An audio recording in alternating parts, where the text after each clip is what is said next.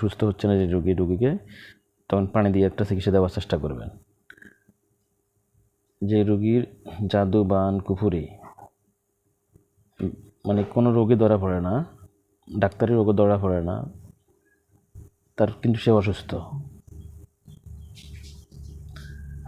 তো সেই সব রোগীদেরকে প্রাণীর মাধ্যমে চিকিৎসা দিবেন, অর্থাৎ প্রাণের বদলে প্রাণ।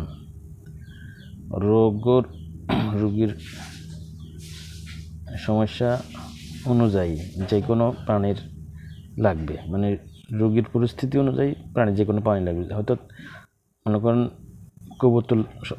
কবুতর লাগতে পারে, কখনো হাঁস লাগতে পারে, কখনো মুরগি লাগতে পারে, কারো ছাগল লাগতে পারে, কারো গরু লাগতে পারে।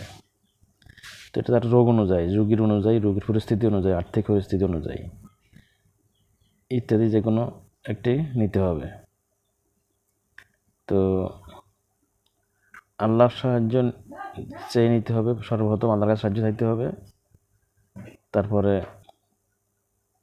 কোরআনের বিভিন্ন আয়াত পাঠ করে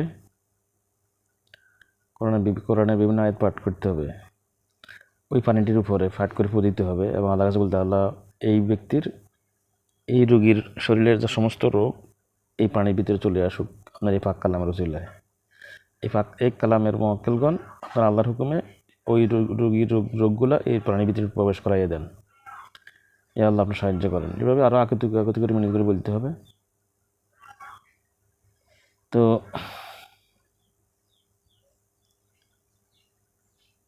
আর যদি রোগ যখন চলে আসবে তখন কিন্তু ওই পানিটা মারাও যাইতে পারে, অসুস্থ হয়ে যাবে এবং মারাও যাবে যদি আসে। রোগগুলা যদি না আল্লাহ কবুল না করে না আসে তাহলে যেমনে থাকবে, রোগী সুস্থ হবে না। তো আসলে কিন্তু পানিটা মারা যাবে, তখন রোগী সুস্থ হবে ইনশাআল্লাহ। এবং তো সদকা করতে হবে। আগে এক কথা বলছি, সদকায় বলা দূর, সদকা করতে হবে।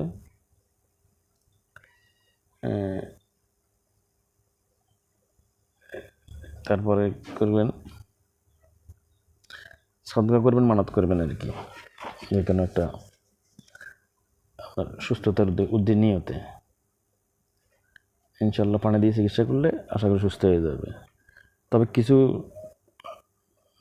রোগীর জাদু কুপুরি থাকে অন্য দেশে, মানে জিনদের দেশে, বা এই পৃথিবীতে থাকে না, অন্য পৃথিবীতে থাকে, অন্য দেশ আছে, আর বহুত দেশ আছে এই পৃথিবী ছাড়াও জিনদের দেশ আছে, ওদের কাছে রাখে দেয়।